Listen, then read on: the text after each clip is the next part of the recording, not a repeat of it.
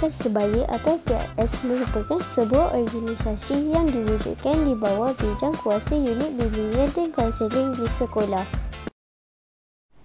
PRS dapat membantu rakan murid lain yang mempunyai masalah dengan memberi bantuan awal kepada rakan mereka sebelum merujuk kepada JBK.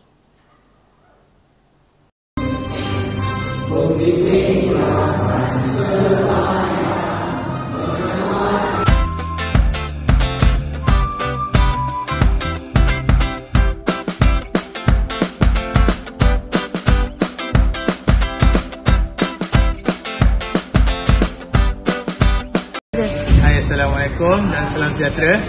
Okey, objektif pelaksanaan simposium PRS Bongsu daerah Kulai adalah untuk mencari bakat murid-murid dalam daerah Kulai untuk diketengahkan untuk kembali pasaran pergi ke peringkat negeri.